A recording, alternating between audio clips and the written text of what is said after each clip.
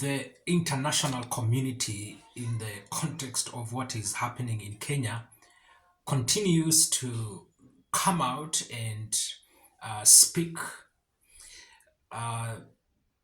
The opposition leaders just had a press briefing. In the press briefing, they have clearly indicated that they have come across the invitation, or they have seen in the media the invitation of the diplomatic convoy and international community within the Kenya, asking them for a meeting, and at the same time asking them to sit and dialogue and find a truce to the challenges that Kenya is facing currently. And this is something that that people have talked about, and there are two or three things that comes out of this. One is that, and this is a question that one of their leaders has asked, and when you look at the response of the former vice president, Mr. Kalonzo, he was positive, and he said he had no problem. They had no problem meeting them. Again, when you look at the response of Mr. Eugene Wamalwa, he has pointed out something, that at the same time, as much as they are open to meeting with them, they are very categorical and cognizant of their behavior and the way they have been responding to the issues that has been happening in Kenya pre-election, during election, post-election, and even currently to where Kenya is at now. He said, yes, they will be able to meet them at their point, at their convenient. And number two, he is putting them to task to explain why they have been silent when Kenya has been going through turmoil and difficult period. Well, beginning from there, Kenya has been going through this difficult moment, especially after the election of 2022. And the international community apparently has been, in the public in this case, silent. And at the same time, even those who have come out, they have come out to sort of try to legitimize the government and to sort of give them that diplomatic cover and allow and request even Kenyan just to support the government and to let the government move on. As much as that is one, but at the same time, a lot of issues that section of Kenyans will take with such kind of position, because they felt these are people who did not recognize the challenges that were there, and just wanting those kind of challenges to be swept under the carpet, and Kenyans to proceed without necessarily solving those kind of problems, which is just a timing bomb, and they will again pop up in the near future. And so a section of Kenyans were quite hesitant in terms of buying those kind of ideas and advice. And so now that they are coming up and they're saying that we need to have a sitting. And for example, we saw how the Americans behaved and have been behaving on this issue. And I have talked about this before, and I've said these are people who have always been vocal, and all of them, even the international community, has always been vocal, but apparently they went silent until the UN in Geneva, through the human rights section, they came out and pointed out and took Kenyan government leadership, the presidency of Mr. William Ruto, to a task to clearly sort of really know that they are watching, and what has been happening, especially how the police and the security apparatus has been mistreating Kenyans, was not in tandem, not just even with the international human right, but also with the Kenyan constitution. But well, give them the benefit of doubt. Probably one of the reasons why they might have been silent is also um, Kenya is a sovereign country, and so Kenyans, and also as sometimes the Kenyans, the leaders and Kenya themselves always said, Kenya, Africa need to be respected, Kenya need to be respected. They need to be given an opportunity to solve their issues internally without international or foreign influence. And probably that might have influenced that. And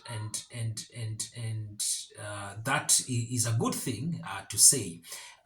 But at the same time, now probably appearing to be going out of hand, and since Kenya is part of the international community, then they are obliged to step in and try to mitigate the challenge and try to solve the challenge. And so, in my own view, that is quite in order.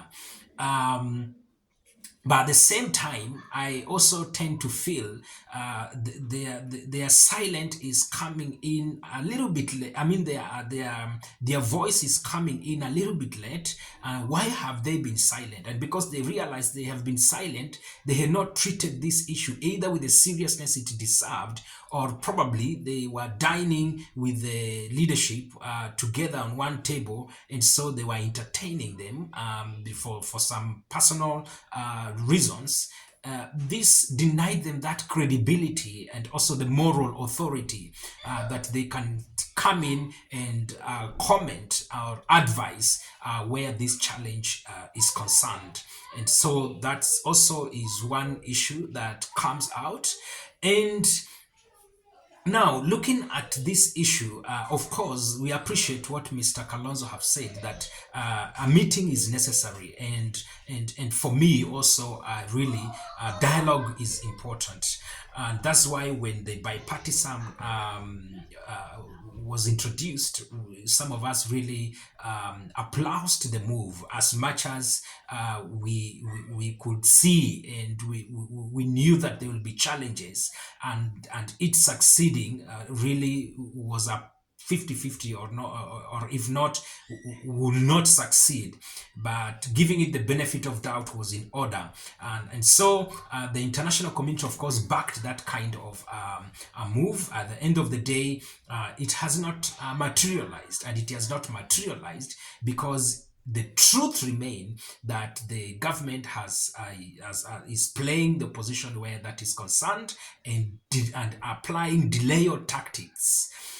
And now the diplomatic community now talking about again dialogue and people sitting down to solve it. Yes, the problem can only be solved by people sitting down and really discussing about it. That we agree, as much as the first one, the bipartisan, has failed. But then how, and how to go about it, and who are to meet, that is something that really people need to agree on.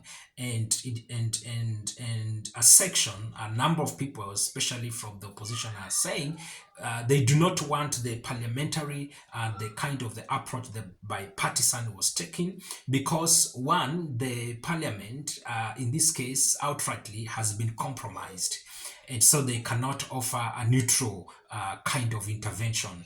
And so coming up with an intervention that is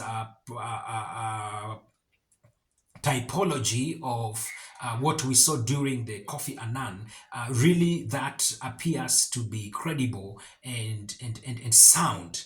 And so the international community probably need to push that, and they need also to be genuine, and also they need to sort of acknowledge that the way they have handled this issue, they have not handled it in the proper manner.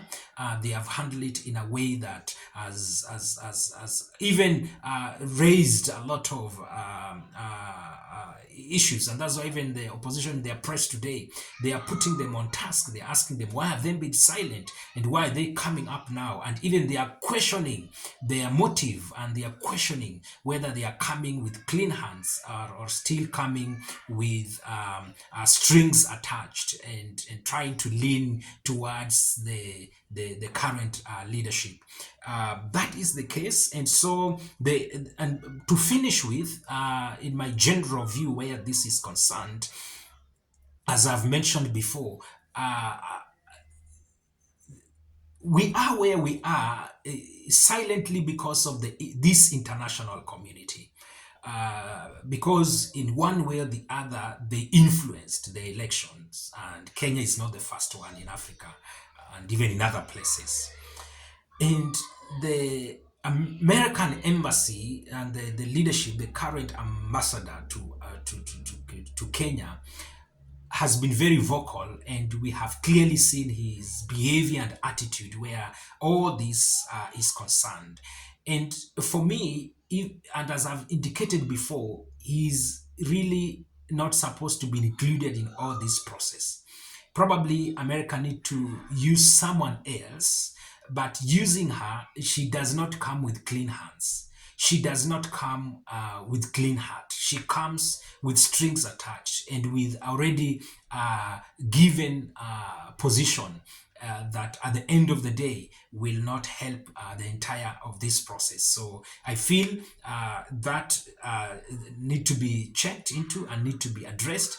And even the opposition on their side, they need to be firm, and they need to reiterate that that needs to take place, because in my own view, behavior has not really been up to standard where this is concerned. So it is in order, yes, the international community to step in, but let them step in with clean hand and with a clean heart, with the intention of solving the challenges that are happening in Kenya. And going forward, let them play their role and speak when they need to speak, and act when they need to act. Otherwise, they cannot allow Kenya to suffer, Kenyans to be killed and to be destroyed, and then later on to come out and to purport that now they are speaking for Kenyans, because Kenya, of course, belongs to this international community. So the King bless Kenya, and the King bless the international community by giving them wisdom on how to also respond on this matter. But at the end of the day, it lies squarely on Kenya and the leadership that is there in place.